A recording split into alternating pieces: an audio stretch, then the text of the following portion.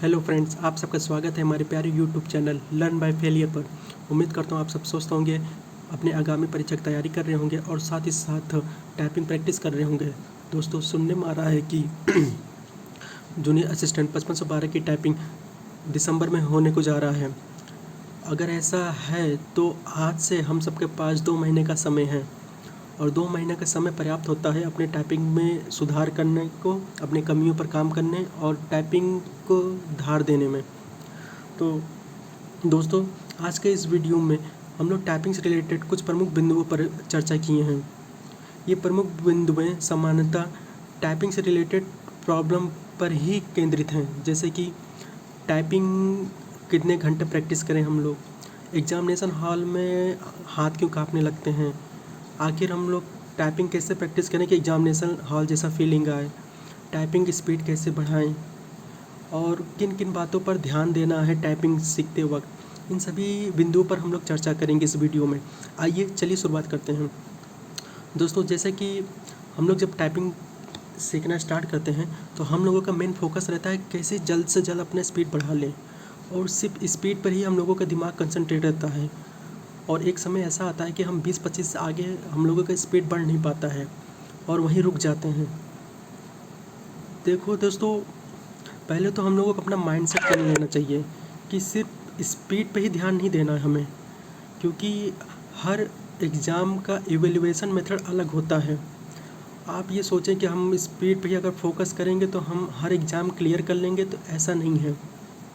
आप स्पीड ला सकते हैं 40, अपने घर पे प्रैक्टिस करते हुए शायद आप 45 वर्ड पर मिनट ला लें, लेकिन हो सकता है कि आप सभी एग्ज़ाम क्वालिफाई ना कर पाएँ, क्योंकि हर एग्ज़ाम का इवैल्यूएशन मेथड अलग होता है, रूल अलग होता है।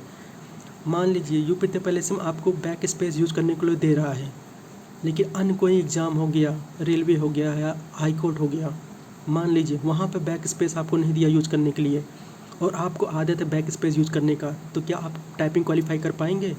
आपका चाहे जितना बड़ा स्पीड हो, 40 वर्ड पर मिनट हो या उससे ज़्यादा हो, अगर आप बैक स्पेस यूज़ कर रहे हैं तो आप वहाँ पे पास होने की क्या संभावना है आपकी?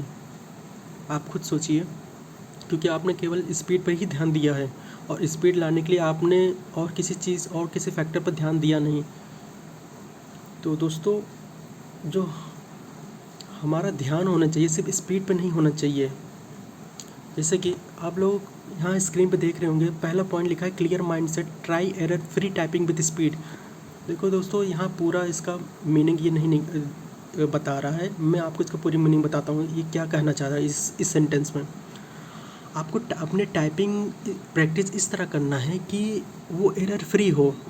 एरर फ्री का मतलब ये नहीं कि आप टाइपिंग करते रहें बैक स्पेस का ज़्यादा बहुत इस्तेमाल करें। यहाँ इसका मतलब ये हुआ कि आप टाइपिंग प्रैक्टिस करें लेकिन बैक स्पेस का उपयोग कम से कम करें। इससे क्या होगा? इससे ये होगा कि आपका जो पकड़ है कीज़ पे बहुत अच्छे से बैठ जाएगा, और एक बार कीज़ पे पकड़ जब बैठ जाएगा तो चाहे जितने बड़े वर्ड्स आएँ, चाहे 20 अल्फ़ाबेट का एक वर्ड आए, चाहे उसमें हाइपन लगाकर और उसको बढ़ा दिया जाए उस वर्ड को, आप बहुत करेक्ट उसको टाइप कर लेंगे, उसमें एरर नहीं रहेगा। जैसे उदाहरण के तौर पे मान के चलिए, जैसे कि यूपी तो पहले ऐसे कहीं मैं बात कर रहा हूँ, इसमें लास्ट ईयर काफ़ी बड़े बड़े शब्द दे रहे थे, जैसे 15 अल्फ़ाबेट का एक शब्द दे दिया और आपने टाइपिंग तो टाइप कर लिया, और जब स्पेस बार आप यूज़ करते हैं बाद पता चलता है उसमें एरर है, और एरर कहाँ है? पहले शब्द पर है। तो आप सोचो 15 वर्ड से आप पहले दूसरे अक्षर पर जब जाओगे, मतलब कि आपका हो गया 13वें अक्षर पर, जब 13 14 हाँ 13वें अक्षर पर जाओगे, 13 अक्षर के बाद वो शब्द आएगा, वहाँ तक आपको इरेज करना पड़ेगा, बैक स्पेस इस्तेमाल करेंगे। इस दौरान आपका कितना टाइम कंज्यूम हो गया, सोचिए। आपको एग्ज़ाम जो है वो केवल 5 मिनट का ही है, और एग्ज़ाम हॉल में आपका एक एक सेकंड मायने रखता है।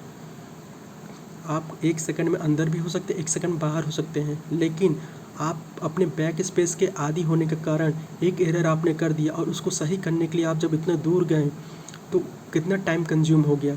मिनिमम 2 सेकंड और ज़्यादा से ज़्यादा 5-6 सेकंड हो सकता है। ज़रूरी नहीं है कि आप उसको करेक्ट टाइप कर ही लें, क्या पता आगे गलत हो जाए। दिक्कत तब होता है जब उसमें हाइपन अगर लगा दिया जाएगा, जैसे कि पिछली वीडियो में हमने बताया था कि हाइपन लगाकर भी वर्ड जो होता है शब्द को बढ़ा दिया जाता है।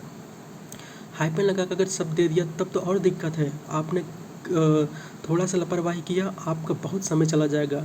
यही कारण है कि एग्जामिनेशन हॉल में जिन बच्चों का आदत होता है बैक स्पेस ज़्यादा यूज करने का, वो एरर बहुत करते हैं और उसको सही करने में उनका टाइम कंज्यूम हो जाता है और 5 मिनट कैसे बीत जाता है उनको पता नहीं चलता है। तो आप सबका जो ध्यान देने की बात है, आप टाइपिंग प्रैक्टिस जो कर रहे हैं वो बैक स्पेस कम से कम इस्तेमाल करने की कोशिश करें। हाँ, जैसे किसी वर्ड को आप टाइप कर रहे हैं, जैसे सेटिस्फैक्शन एक शब्द है, इसको आप जब टाइप कर रहे हैं और मान के चलिए टी की जगह आपने वाई प्रेस कर दिया, उस दौरान आपको पता चल गया कि हाँ हमने वाई प्रेस किया है, गलत की, तुरंत बैक स्पेस इस्तेमाल करना तब सही है, तो दिक्कत नहीं है। लेकिन अब आप पूरा वर्ड टाइप करने के बाद उसको जब स्पेस बार दबा रहे हैं और आपका रेड हाईलाइट होकर आ रहा है, तब पता चल रहा है कि आपने एरर किया है। उसको सही करने में जो टाइम अब आपका लग जाएगा वो 5 या 6 सेकंड लग जाएगा और ये आपका प्रोबेबिलिटी इंक्रीज़ करता है कि आप शायद टाइपिंग क्वालिफाई न कर पाएँ। और ये होता है एग्जामिनेशन हॉल में, इससे बहुत बच्चों के साथ हुआ है जो बैक स्पेस के आदी थे, वो टाइपिंग इसी वजह से फेल हुए थे। उनका भले ही स्पीड जो था 40 वर्ड पर मिनट था, 35 वर्ड पर मिनट था, लेकिन वो फेल हो गए। यही कारण था, क्योंकि गलती सुधारने में बड़ा समय लगता है। तो आपको करना क्या है, अपना एक क्लियर माइंडसेट लेकर चलना है कि आपको जो टाइपिंग प्रैक्टिस करना है वो एरर फ्री करना है, मतलब कि बैक स्पेस कम से कम इस्तेमाल करना है। शुरू में आपको दिक्कत हो सकता है, आपके शायद जो अभी 20 वर्ड पर मिनट है वो घट कर 15 आ जाए या 8 आ जाए, लेकिन अभी आपके पास समय है 2 महीने का। आप मेहनत करेंगे तो आपका टाइपिंग का स्पीड भी बढ़ेगा और एक्यूरेसी भी बढ़ेगा। यहाँ जो 2 वर्ड मैंने अभी यूज़ किया है, टाइपिंग स्पीड और एक्यूरेसी, दोस्तों एक्यूरेसी अगर आपका हाई रहेगा तो स्पीड अपने आप ही बढ़ जाएगा। आप खुद कोशिश करिएगा, किसी पैराग्राफ को टाइप करिएगा और उसमें आपने कहीं बैक स्पेस इस्तेमाल नहीं किया और आपका एक्यूरेसी 99 या 98 आया और आप देखेंगे आपका स्पीड आम तौर पर जो स्पीड रहता है उससे ज़्यादा ही रहेगा, क्योंकि आपने बैक स्पेस नहीं इस्तेमाल किया, आपने एरर को ठीक करने में समय नहीं अपना ज़ाया किया, आपने सिर्फ करेक्ट वर्ड टाइप किया है और लगातार किया है, आपका फ्लो बना रहा, कहीं भी आपका फ्लो नहीं बिगड़ा, तो आप देखेंगे आपका स्पीड कितना हाई रहता है। यही आप कारण है कि जिनका स्पीड 22 और 25 पर अटका हुआ है वो अपना टाइपिंग को एरर फ्री करना सीखें, बैक स्पेस को कम से कम इस्तेमाल करें और टाइपिंग करते रहें। इस बैक स्पेस न इस्तेमाल करने का अर्थ ये भी होता है कि आपका कीज़ पे कितने पकड़ हो चुकी है। तो दोस्तों पहले लाइन का मतलब यही है कि आपको अपने स्पीड के साथ साथ एक्यूरेसी पर भी ध्यान देना है। यहाँ 2 फैक्टर पर बात की गई है, क्या सिर्फ 2 ही फैक्टर को पर काम करना है?